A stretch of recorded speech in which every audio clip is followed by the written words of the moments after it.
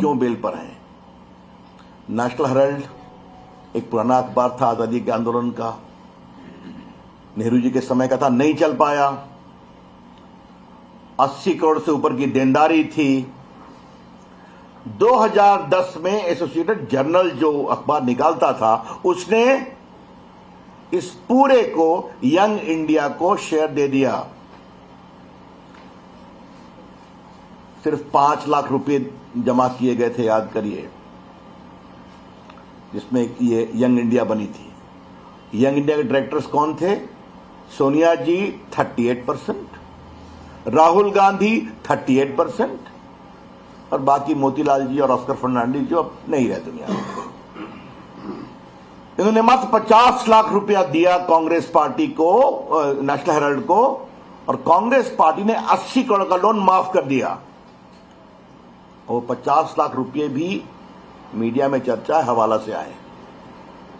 तो अर्थात मात्र 5 लाख रुपये लगाकर 5000 करोड़ की नेशनल हेराल्ड की संपत्ति दिल्ली में, मुंबई में, लखनऊ में, पटना में, मोहाली में, सब इस फैमिली कंट्रोल ट्रस्ट में आ गई। यही तो कहानी है। क्या सच्चाई नहीं कि राहुल गांधी और सोनिया जी दिल्ली हाईकोर्ट में क्वेश्चनिंग के लिए गए, वहां रिजेक्ट हो गया। सुप्रीम कोर्ट गए, वहां रिजेक्ट हो गया, तो बेल लेना पड़ा।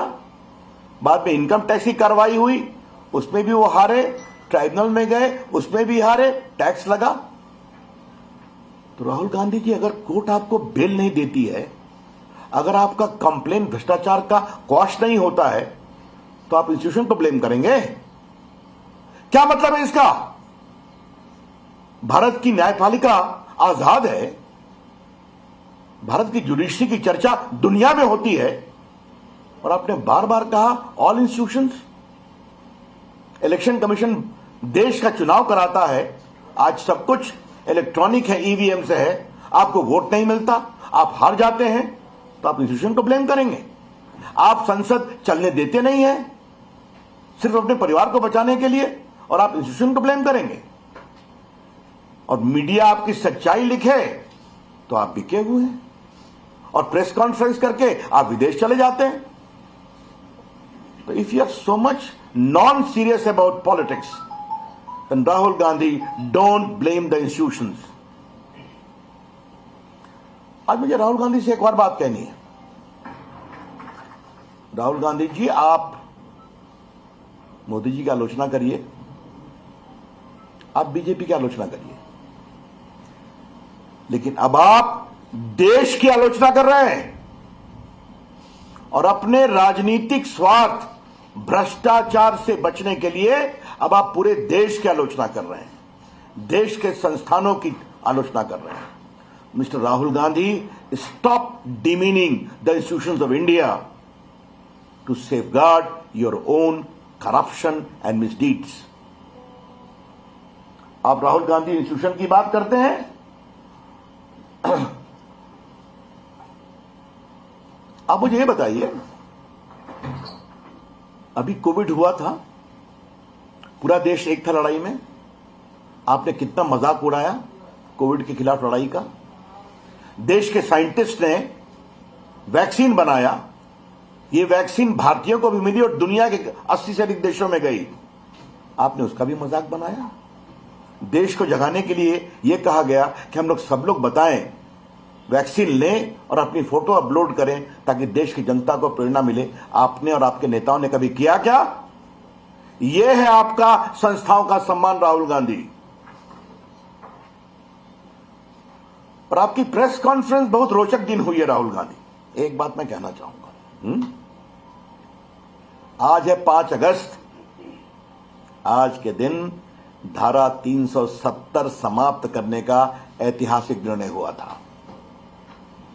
आज जम्मू कश्मीर में तिरंगा लहरा रहा है, लोग जय जयकार कर रहे हैं, और आप तिरंगे का अपमान। और उनके साथ जो बैठे हुए थे माननीय मुख्यमंत्री जी, वो हिटलर को कोट कर रहे थे। हिटलर को कितना पढ़ा है याद करिए। अगर तानाशाही इस देश ने देखी है तो कांग्रेस के राज में देखी है। इमरजेंसी के समय जब जजेस सुपरसीड हुए, जब नेताओं को मीसा में बंद किया गया, जब लोकनायक जयप्रकाश जैसे महान नेता किडनी खराब थी उनको भी जेल में बंद किया गया, संपादक गिरफ्तार हुए, कमिटेड जुडिशरी की बात की गई। तो राहुल गांधी कृपया करके ये सब ज्ञान न दें। एक बात हमें और कहनी है,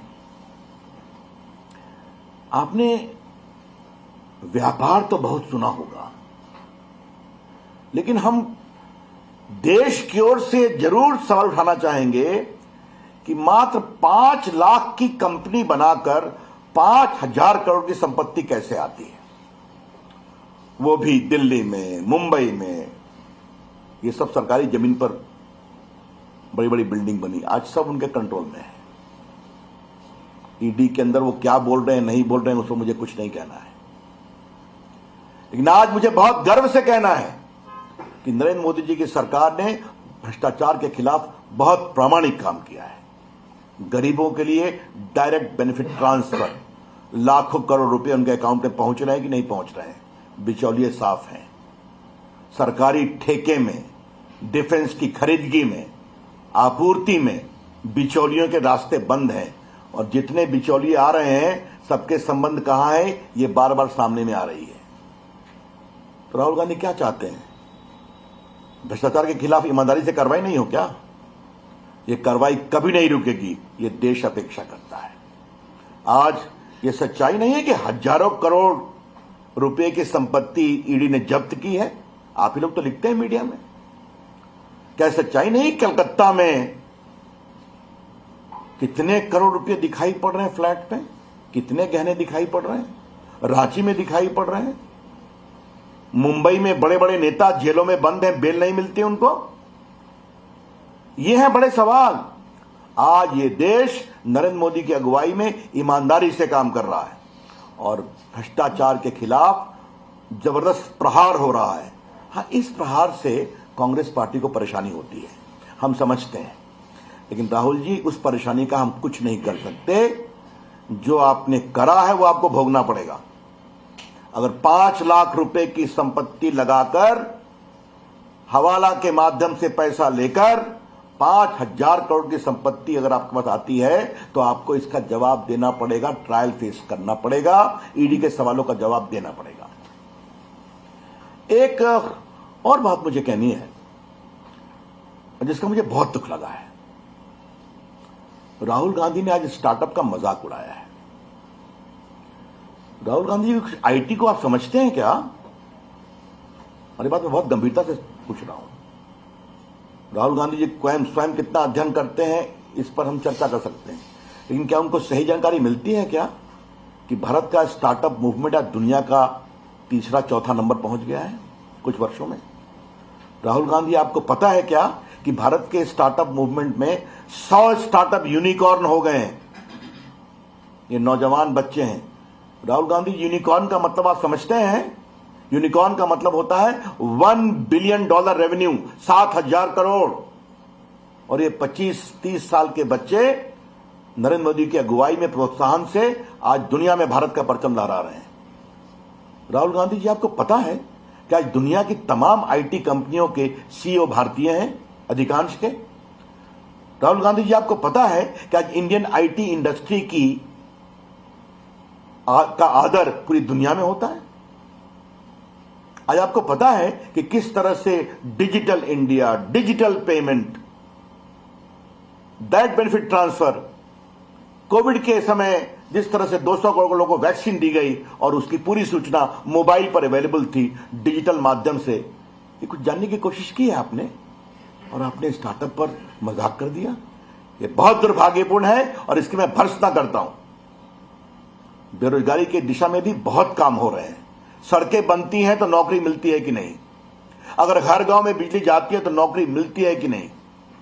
अगर आज भारत में पूंजी निवेश हो रहा है मैन्युफैक्चरिंग में, मोबाइल 2 से 270 हो गया, आज बड़ी बड़ी कंपनियां फॉक्सकॉन, पेगाट्रॉन, विस्ट्रॉन भारत में मोबाइल बना रही हैं, तो उसमें नौकरी मिलती है कि नहीं मिलती है? आप मुझे बताइए। तो आज मैन्युफैक्चरिंग बढ़ रही है, बाकी बढ़ रही है, नौकरी मिल रही है। हां, कोविड से कठिनाई आई है, लेकिन भारत के अंदर की ताकत मजबूत है, उसको हम ठीक करेंगे।